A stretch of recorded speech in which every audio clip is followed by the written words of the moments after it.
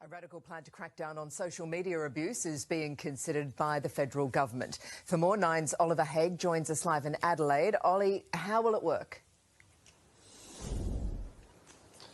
Lila, good morning. Essentially, it will work the same as a passport. Australians forced to submit 100 points of identification, like their driver's licence or passport, when using social media accounts like Facebook and Twitter. Now, police would have access to those social media accounts, and it's all part of a crackdown on online abuse. Now, users could be liable for defamation suits or even criminal prosecution, and it's all part of a plan hoping to deter people from engaging in bad behaviour. Now, the recommendations were handed down by a federal parliamentary inquiry. They're reforms that are being considered by the Morrison government, with the chairman saying there is merit to remove the veil of being anonymous.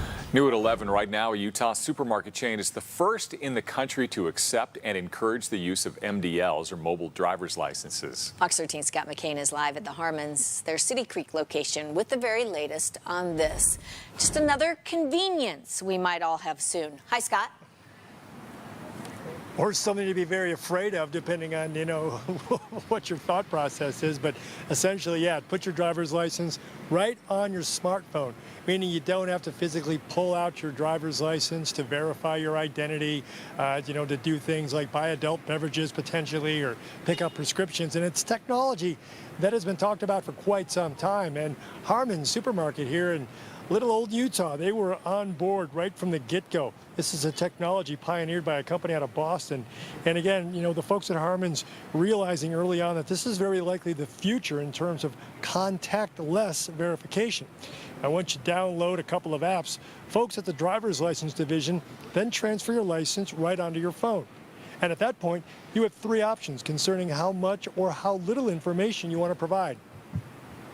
Mobile driver's license is the kind of the natural move for the driver's license. Just as our credit cards and payment processes have moved to our phone, the driver's license is now moving to the phone.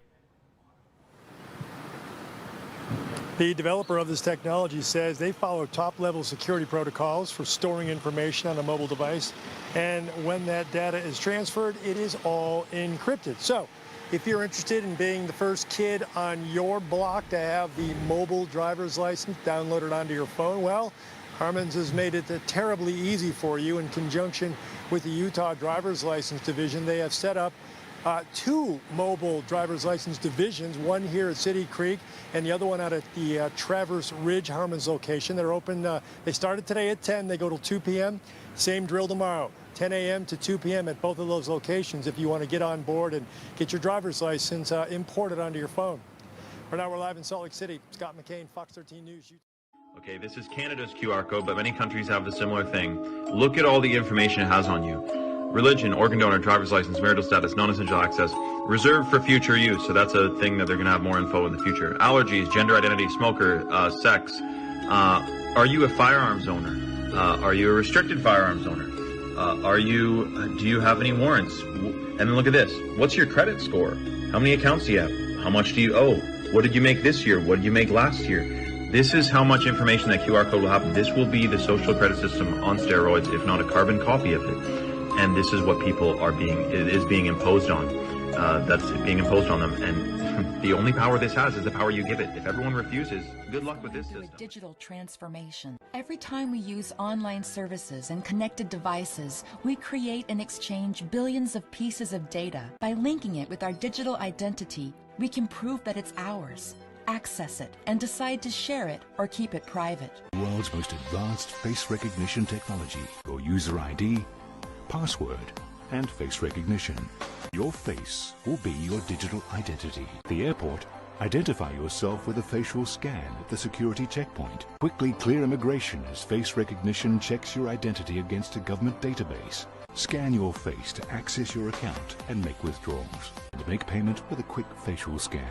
Scan your face to access and pay for different venues. Sophie shares her MDL with the officer. She doesn't need to touch it or handle it in any way to verify her information.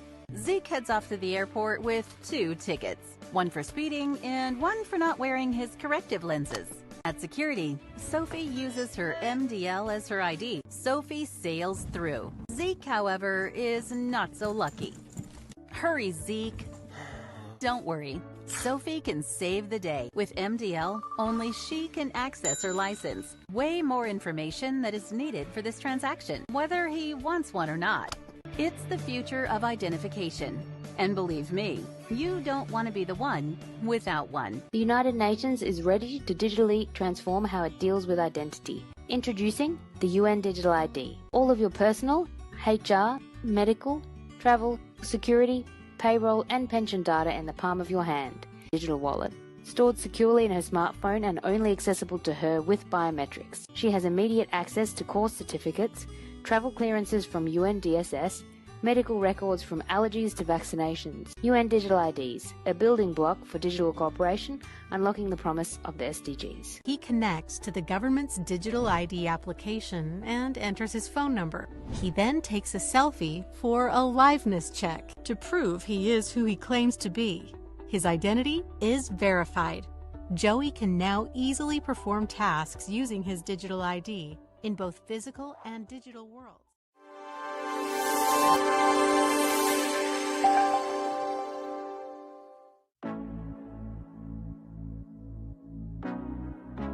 Hello everyone, meet Lucy, student in psychology, and me, her digital ID wallet issued by the government to offer a wide range of identity services. In fact, I'm a handy way of proving and protecting her identity both online and face-to-face. Let's have a closer look at what I can do. I can help governments to better communicate with citizens. Right now, I'm reminding Lucy of the appointment she needs to schedule for her mandatory vaccination.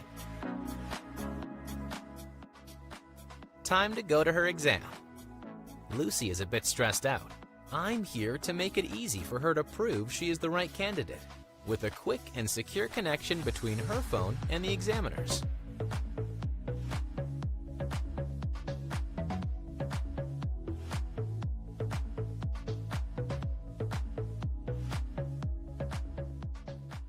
Exam passed successfully. Quick stop at the doctor's before celebrating, and no time to lose. On the way, Lucy uses me to declare her passport lost. She needs it for her upcoming road trip. No issue. She can request an emergency digital passport without having to go to the authority office. I make official admin a lot smoother. And that's not all. I can also help Lucy request a birth certificate, pay her taxes, or prove who she is when onboarding to new services, such as opening a bank account. I allow Lucy to certify her healthcare coverage entitlement. She's able to decide whether to authorize the doctor to access her medical records or not, ensuring her control over her personal data. Lucy needs one more thing before being all set for her trip to Australia: renting a car.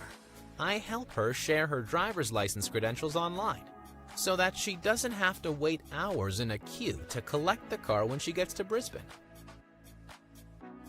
The rental company benefits from secure and accurate information, and Lucy from a smooth experience. Lucy's friends are waiting for her inside the bar.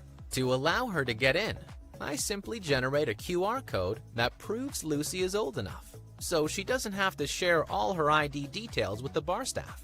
So yes, I'm Lucy's best companion. I protect her identity and official credentials wherever she goes. I provide secured access to public and private services and allow her to have full control over her data privacy. In other words, I give the right access to the right data to the right person. I am also trusted by governments to best support countries' digital transformation, fight against ID fraud, and deliver smooth public services. I am the Thales Digital ID Wallet. Everywhere she goes, Ouyang Haoyu is followed. What she buys, how she behaves, is tracked and scored to show how responsible and trustworthy she is.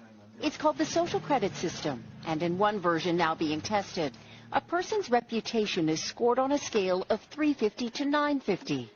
And Hao-Yu, with a good score of 752, is okay with it.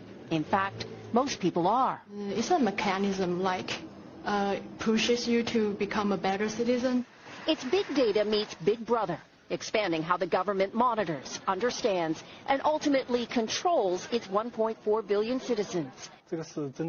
Thanks to advances in artificial intelligence and facial recognition, and a web of more than 200 million surveillance cameras. Are people bothered by privacy concerns? We think the lot of camera keep the safety is really good. We can accept it.